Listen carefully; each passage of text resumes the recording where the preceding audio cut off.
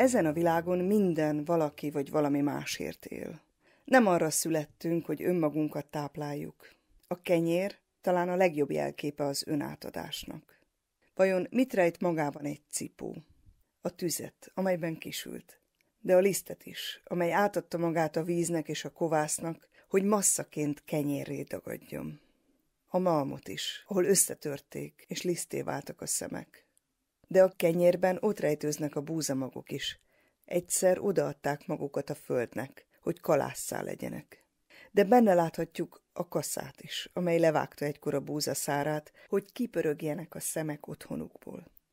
Ugyanez Isten útja is bennünk. Ha a saját egónk helyett az Istenben telhet az életünk, akkor növekszünk, átalakulunk, és mások számára kenyérré, tápláló életté válunk.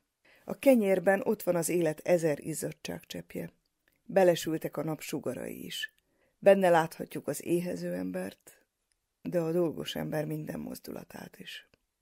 A régiek Krisztus arcát látták a búza szemben, de a leesett kenyeret is megcsókolták, mert azon az Isten arca van. Amikor gyúrom a kenyeret, én is úgy érzem, több ez, mint valami anyag, önmagán túlmutat.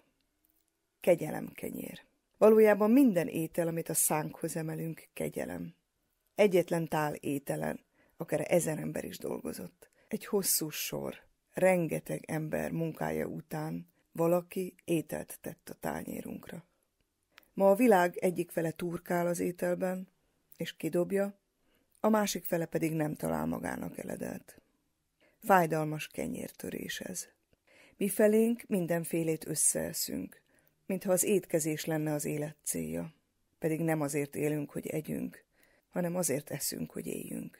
Jézus azért vonta el magától először a kenyeret, amikor a pusztába ment, hogy majd később enni adjon 5000 embernek. Így vagyunk most Böjtben is. A kenyérkérdés dolgát kicsit hátrébb küldjük a sorban.